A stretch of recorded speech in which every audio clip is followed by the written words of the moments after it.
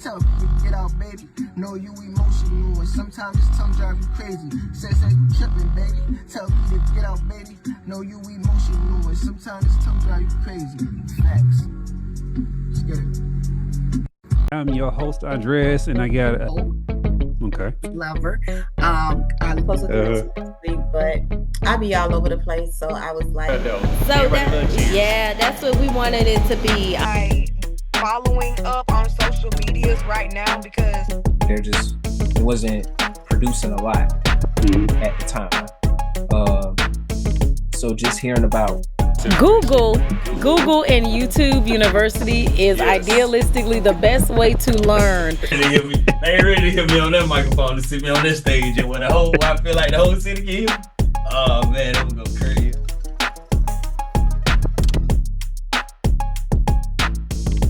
Tune in for another episode, Bankedoutt Radio Show, Music Talk. Well, actually, I done retitled my own show, Music and Business Talk. Another episode for y'all. I have on Zoom with us Pryce Jones, and this is the thing I want to say about networking for everybody out there. I'm like, the internet opens up the possibility to network with people all over the place. Pryce, originally from, I guess, the New York area, but you're in Virginia now, right? Right, that's correct. And we met off of Threads.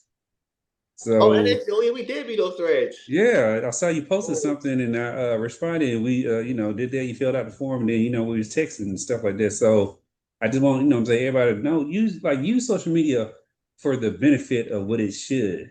But Pryce is a recording artist, hip hop artist. I've been listening to the music, dope music. It has achieved what a lot of people want to achieve. So one, I just want to give you your flowers right now. Getting 100,000 followers on what formerly used to be Twitter, which is now X, is an accomplishment and remarkable thing in itself. Because I run across a lot of people who can't even get past 10 or 12,000 followers.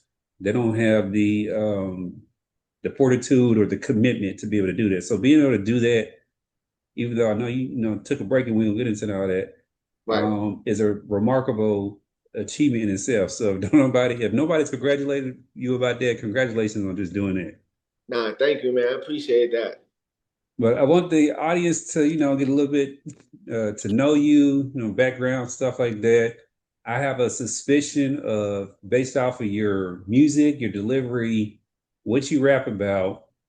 I'll ask you this and want to see if I'm, correct, but I could probably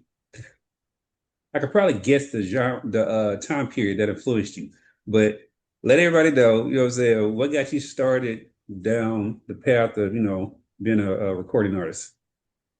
So just from like the beginning, I would say, I started rapping when I was about 9 years old, 9, maybe 10. Mm-hmm. I remember I was in Harlem, and I had a few friends that was like, playing around with rapping and, trying to get in, like, making great music or making good music. At the time, we were so young, I would just say making music, So one thing led to another. I kept pushing and kept going with it, and it led me to living. Well, I'm living in Virginia. I linked up with a few people, old manager of mine, and then from there things just started kind of like picking up and really, really getting serious.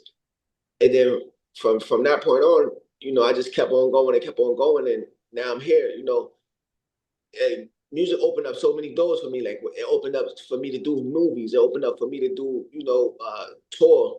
It opened up for me to collab with, some dope artists. So definitely excited about what's to come. But I'm also, proud of my past and how I actually transitioned into music and the things that taking place within my music career. So at what point was like the breakout where things started rolling for you? Because you said, you went to Virginia. So was that like high school, right after high school? Yeah, so it was like in high school. So when I was in high school, I was doing music. I had like before, like this was when MySpace was like, I'm showing my age. Okay.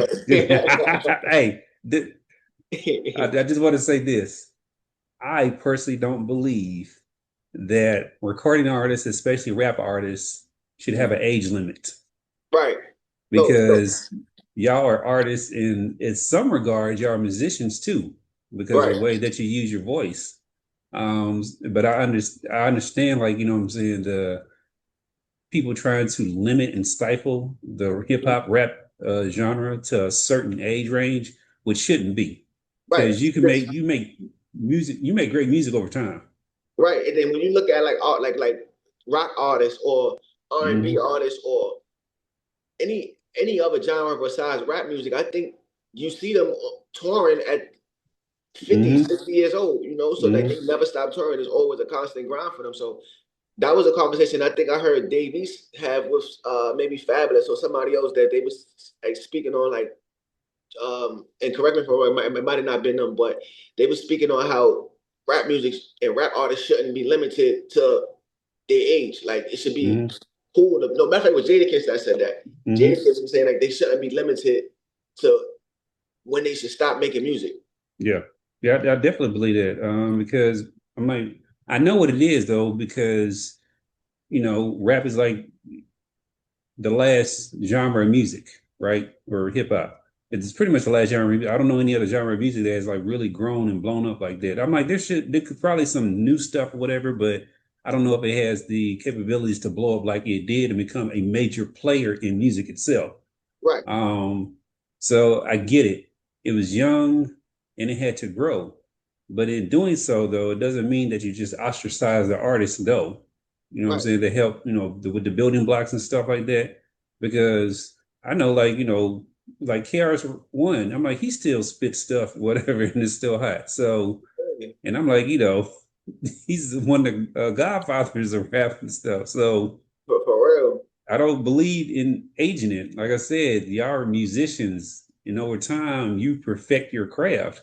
And I think a lot of the better stuff comes out when you're older, but I understand the popularity of when you're young, though, because we're all young at some point, and sometimes we just grow up with the artist. And then, some people, I guess, don't grow with the artist as well. They just, fall by the wayside, whatever the case may be. But I've never believed it as to be something where you shouldn't do it. I'm like, and I give the comparisons to people like Susan Boyle. I don't know if you know who that is, but she was a contestant on one of the shows that at the time Simon Cowell was producing, and she was a singer. And she got a record contract at like 55 years old or something like that. But she's a singer. She had a wonderful voice. So I'm like, if situations like that can happen, then we shouldn't stifle anyone who is doing it, especially when you do it at the level to where you become a professional. Yeah. Now you just like not to cut you off, but like as you get older, you done dealt with more, like you have more life experience too to actually talk about. So it all depends on, like, say if you are one of them artists that like an artist that's talking about their life, like real stuff that really happened. I think it'll give the audience a better aspect of who you are, the things you went through, and etc. Because now you're able to talk from a point of view of when you was younger, and then to where you now progress to where now you're older. So you could actually tap on related to the younger people as far as storytelling goes, and you can relate to your peers as storytelling goes. So if you are one of them artists that is a storyteller, I think that's good for aging.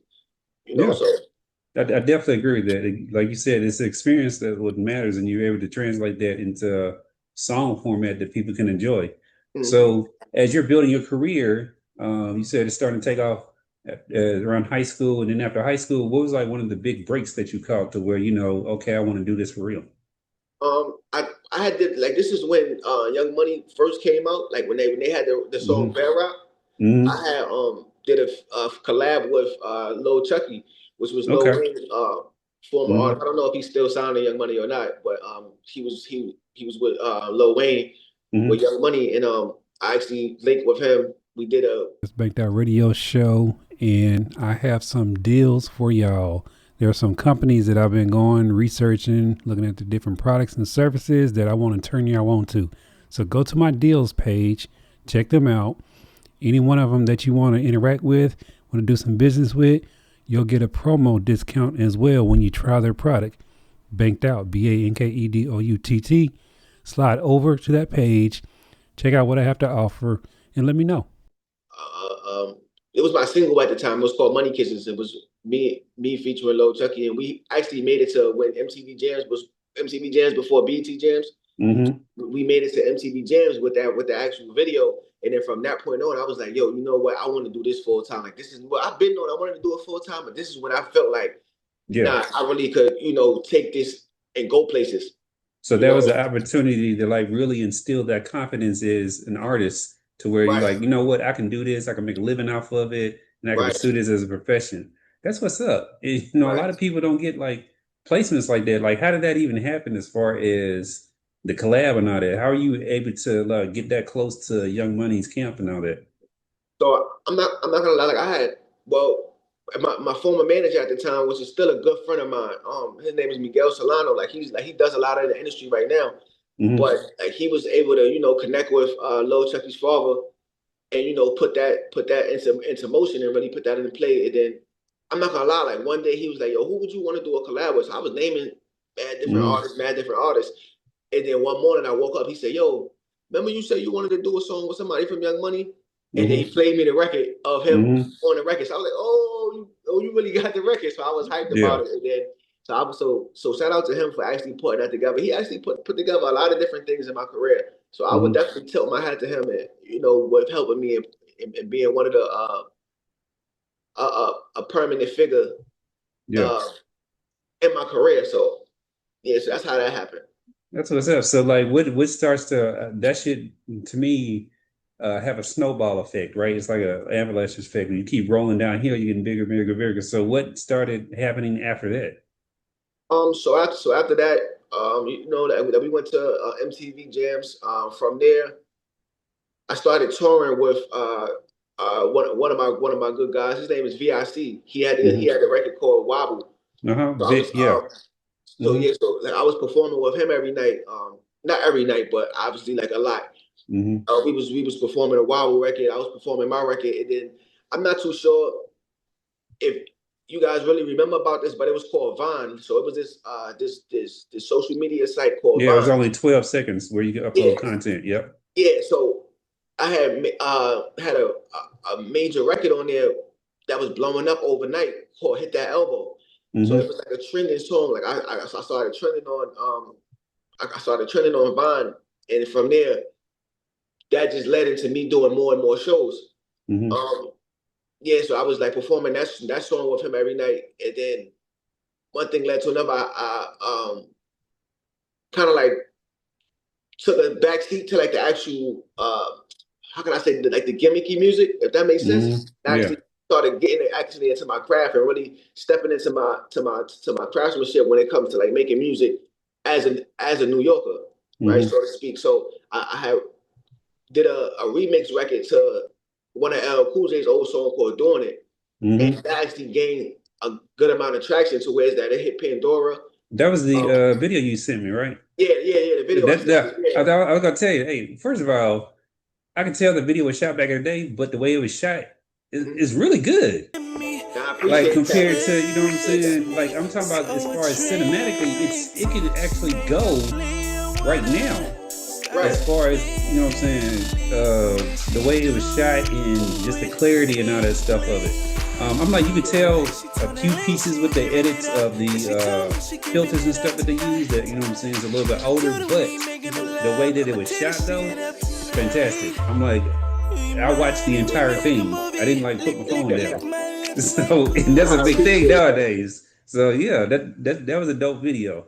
Okay, so you're getting back into your bag of like, being a New York type of artist and wanting to make, records that are more storytelling and, of substance and quality.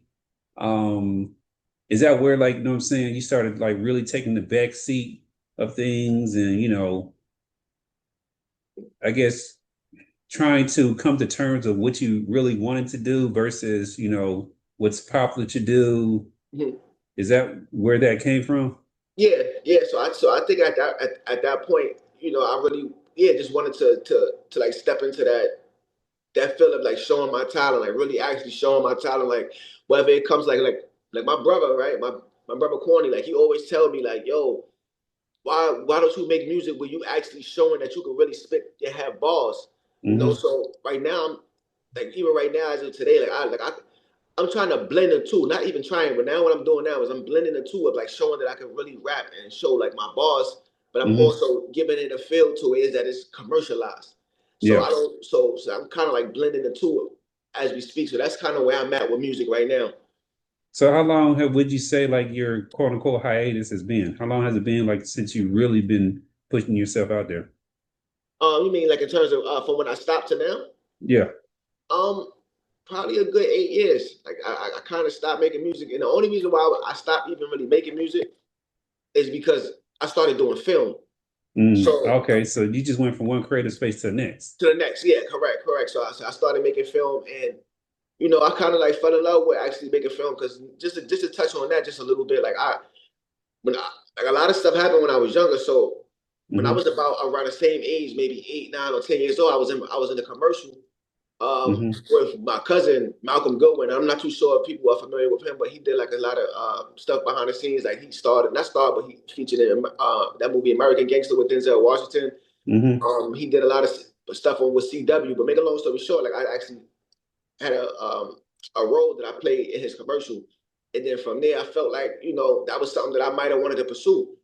So I took it upon myself, and as I got older, I said, you know what, maybe I could produce my own movies, and that's what I did. I produced a few projects, and so that was kind of like me still being creative, but but just taking it to a different space.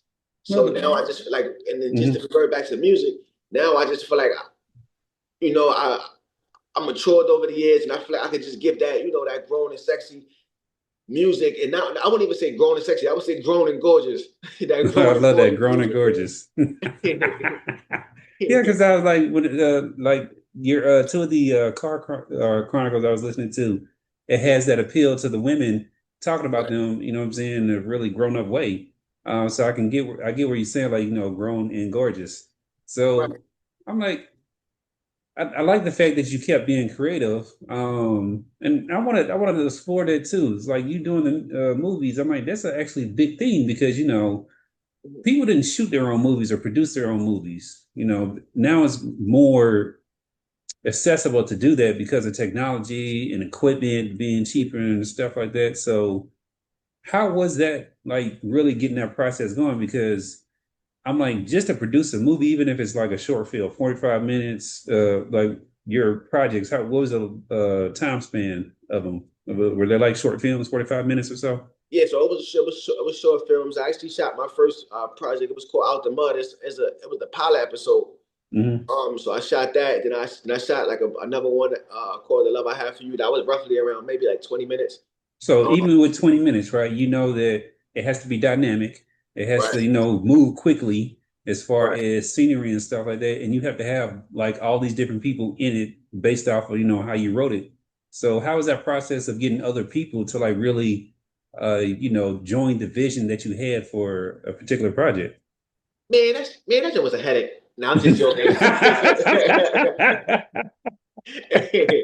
I'm just joking. No, that was cool, man. It was, you always have to like, man, me as being the actual film producer on that project, I think to me, you gotta be able to relate to everybody, man. Because if you can't, it's gonna be super hard. Like you constantly clashing with different people, it's gonna be super hard. And 9 times out of 10, it's not gonna work. So you gotta just be a people person, I would say, just to actually be able to connect with people, personalities, and getting everybody on the same accord. Because I would say music is like a watch, man. Like you got all the ticking pieces that's inside. Everything got to move accordingly for it to actually work. Because if one little piece is jammed or one little piece is messed up, it's gonna throw the entire movie off. It's gonna throw the entire project. And I think that's the same thing with music when you got a team. Like if you got a strong team and then long as everything is rolling the way it's supposed to, I think that it's gonna work. But if you got that one situation where it's kind of clashing, something gonna go wrong. Whether it's the wrong rollout date, whether it's the wrong, maybe get leaked or anything could happen. So is that, anything could happen in that time period. So I think that as long as you got a good, strong team beside you and you focus and your team is focused, I definitely think anything is possible. I love that. I love that, what I'm saying, you put that in perspective, especially like with the watch analogy and like all the gears and stuff have to move in coordination with one another in order for it to like really tick like it's supposed to. So you have these experiences movies. You had an experience with commercials. You had this experience with music. Mhm. On the flip side of that, the business aspect of all of that, how has your experience been from the business standpoint? Were you fairly compensated for all your stuff? Did you like, you know what I'm saying, take some shortcomings on others, but built relationships that led to other opportunities? How was your experience? Um, I think a lot of my experience was kind of taking the short ends, just so that way I can build relationships. And I would Mm-hmm. say that because, like me, I'm the type of person, I'm not super money hungry. So Mm-hmm. my whole thing is like, a relationship is more valuable than the money a lot of Mm-hmm. different times. So Yeah. with me, like I took a lot of shortcomings, and it helped me in the future. Cause like right now, prime example, my guy TJ Moore, that's on the Doing It record, right? He just went platinum Mm-hmm. overseas with something that he produced. That's what's up. And I could actually reach out to people like that, or I could reach out to my old manager and stuff like that, coming back into the music industry, and they Mm-hmm. welcome me with open arms because I built them relationships instead of saying, you know what, I just want to take the finances, I just want to take a pay cut, and then we just wash our hands. So I built the relationships to ways that now I could just reach out to certain people and make things happen. That's what's up. I like the fact that you look at it that way because some people would be like disgruntled and things of that nature. If they had to take like the shortcomings of stuff and be. I'm not saying that what I'm saying we're supposed to take shortcomings, but sometimes, like you said, they work in your favor when they allow you to cultivate a relationship over time. Right, And everyone is not always going to be at the same level. Like you said, a former collaborator is now a platinum producer. right, So that in itself is going to carry weight to where, it'll benefit you if you decide to, have record produced and, whatever the case may be. right. That extra shine will be put on you.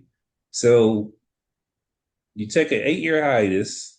Mhm. What inspired you to like really come back? The people around me. I Okay. think like one of my main supporters, one of my main support, well, three of my, I would say two of my main supporters is my wife and my brother. Okay.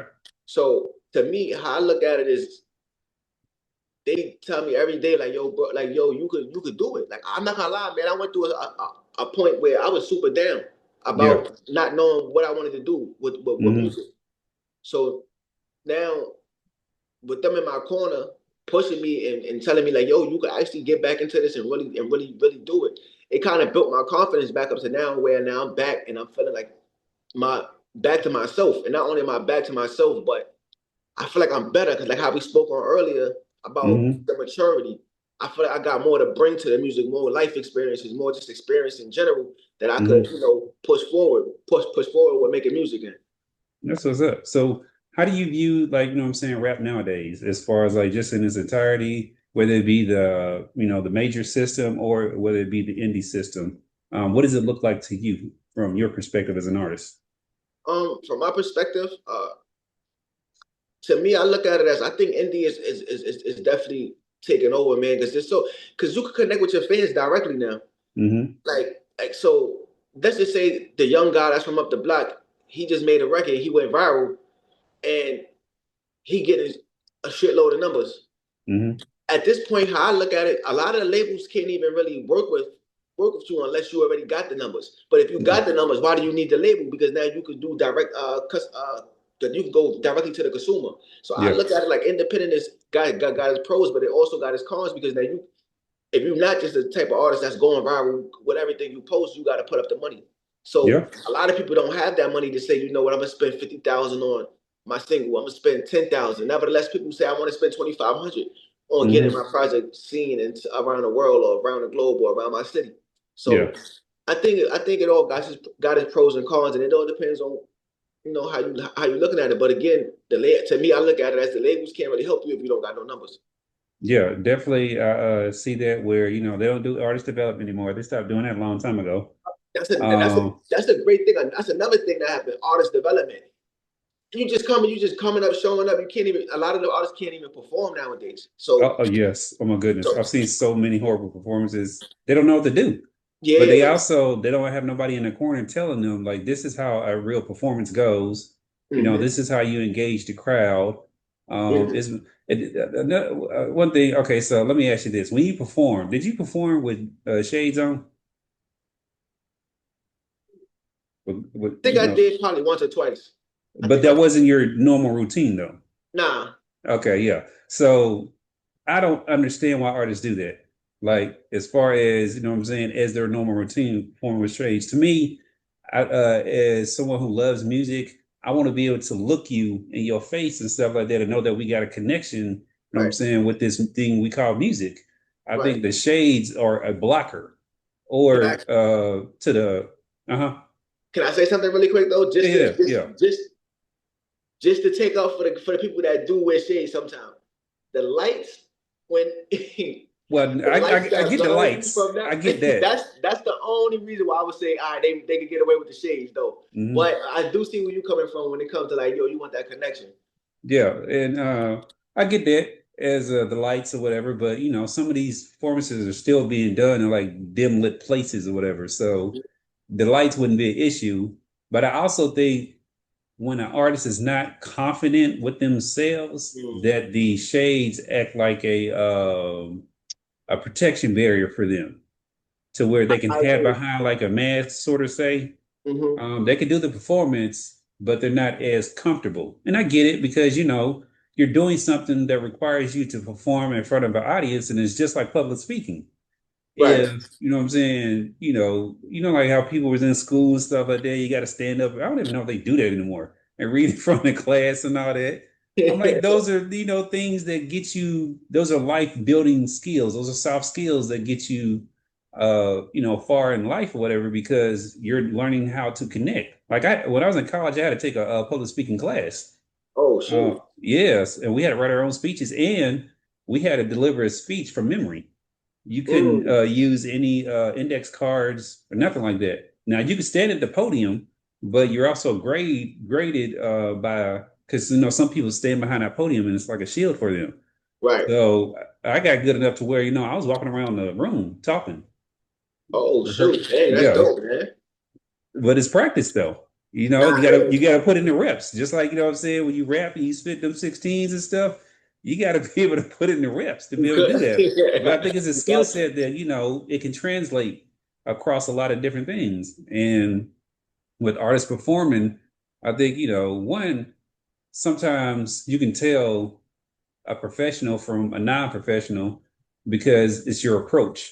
And I used to perform as an artist as well. And when I knew I had a show, I would practice before the show.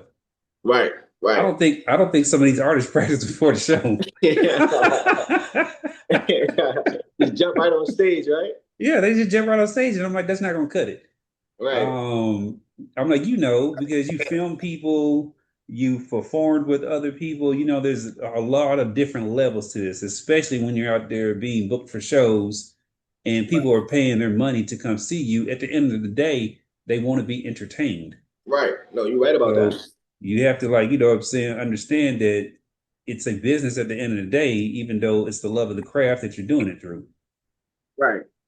So what goals do you have now that you're, you know, reinvigorated and inspired and you have a support system? What goals are you trying to accomplish in 2026? In 2026, I think I want to just, for one, I want to build a strong support team in terms of, well, not support team, but a fan base. I literally want to, you know, just get to the point where, just building a strong fan base. That's my main goal. My main goal is just to get a great fan base, and not only that, just to deliver some great quality music.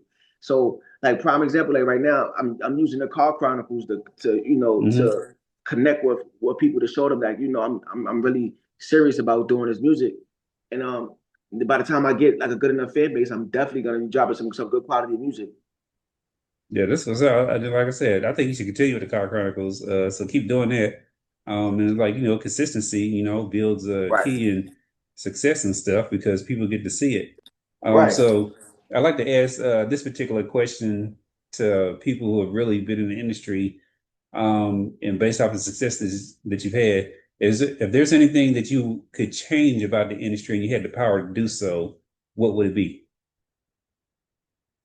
One thing that I could change about the industry, man, I would probably say go back to selling CDs. Okay. I think we was just, like, I remember back in the day, I don't remember, but from hearing stories from back in the day, it was better when people were selling CDs where you actually have to get up, drive to this actual store. Because I think right now, music is, to me personally, I'm not down in music. I love music. I'm not down to no other artists in no aspect. But to me, it's like everything is oversaturated, and it's like all you got to do is wake up, click on a button, and then now you got the music. Mm-hmm. Instead of like back in the day where, like I said, you had to go out and actually purchase it and put that effort into actually. You got to really like an artist to do that. Now Yeah. you go to say, all right, cool, I could check it out. All right, yay or nay. But before, you had to do that. Yeah, and like you said, I think that it's a two-way street because the artist, when you pressing up CDs and stuff like that, it's a physical representation of what you want to do, and there's so many different things you can do with the CD itself, Right. from the color scheme and all that to having the liner notes, Mm-hmm. and it was more of a thought process that's going into it, and plus it made you want to work harder. And Right, then on yeah. the consumer side, they appreciated that because there's only limited CDs they're pressing up, and you got to get at that store, whoever's going to have it. So, you got to make sure you get in line so when it drops, you can get your copy of stuff. But, hey, I like that answer, though.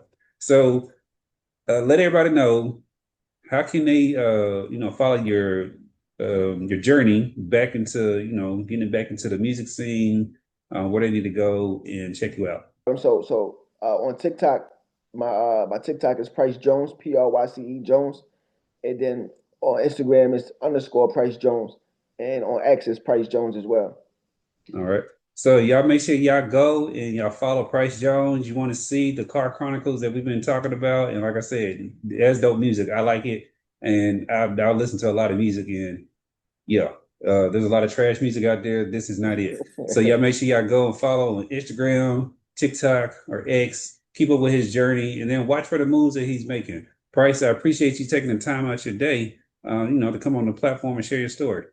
No problem, man. I appreciate you having me, man.